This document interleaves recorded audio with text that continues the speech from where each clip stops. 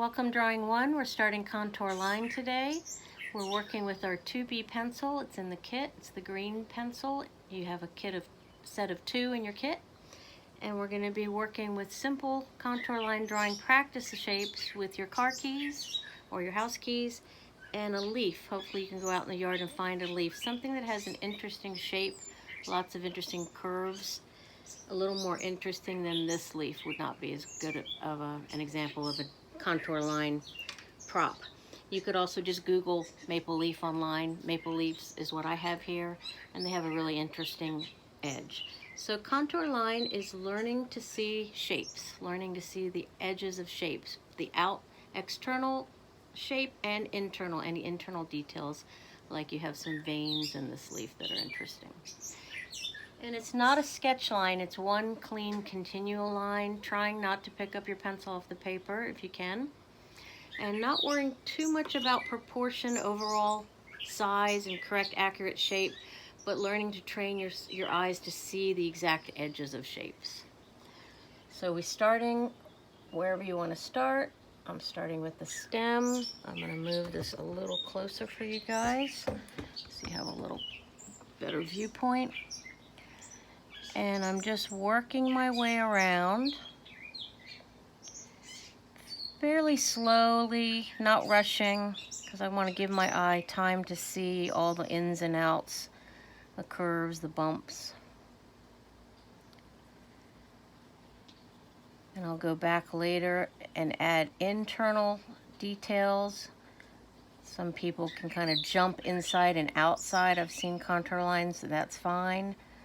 But I like to finish the outside shape before I deal with my inside contours. Okay, so you can see my stem got a little off center. That's okay, because again, this is a training to see shapes.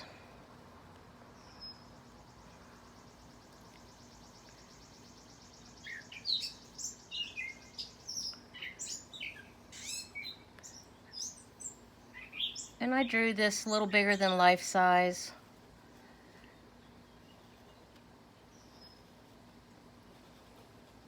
So it gives me more room to really work on the edge. And then I'd like you to just practice with one of your keys. And it's the same idea.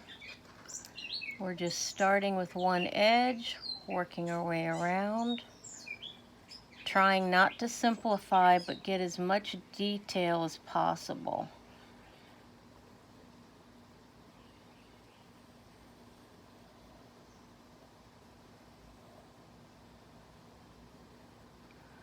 And then I can add the little hole in the key here. Okay, so that's a nice example of a little practice warm-up for you guys, just to get your feel for contour line drawing. Your project, it's a 1-week project, is going to look something like this. It's going to be kitchen objects, or if you don't have kitchen objects, maybe office objects that you can overlap. You're drawing them a little larger than real life size. So here's my spoon that I was drawing, and you can see I've blown it up a little larger because I want you guys to think about laying out the shapes in an interesting way on your page. So the positive space is what we call the main subject matter shapes. The negative space is the background. And you want an interesting balance of both. So here's a little trick in order to get a nice strong composition. Overlap your shapes. That's suggestion number 1. And then let them either touch the edge or go off the edge like I've done there.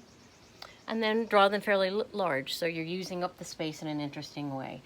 I would think about movement. You notice I've kind of angled my shapes. I didn't just line them up horizontal or vertical. It's a little more interesting and dynamic if you get some interesting movement in the piece.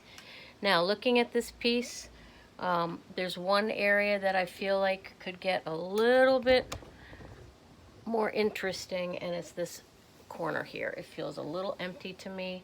That's what you're looking for at the end of your drawing. Is there any place that feels, any negative space that feels a little bit quiet or a little bit empty and not as interesting to your eye? And then I would add one more shape in here. And you can repeat shapes I've repeated the spoons twice, and the chocolate chopper twice, and this ice scoop twice. Kitchen objects that are interesting: egg beaters, spoons with slots in them, or spatulas. This is a meat tenderizer. If you don't have anything like that, you could resort to office supplies like lighters or staplers. You could even repeat keys, car keys, just blow them up nice and large. Try and keep your line clean, not a sketch line, and try and get as close as you can to the shape accuracy. But again, a little bit, you can see some of this handle got a little tilted, but overall I was taking my time, I was patient, and I was looking for all the detail edges and trying to capture that as best as I can. So it's due July 14th, and please email me if you're having issues with it or have questions on it. I can help you with it. Send me a photograph, or you can text me. And that's it, and I will see these projects and look forward to seeing them. All right, good luck.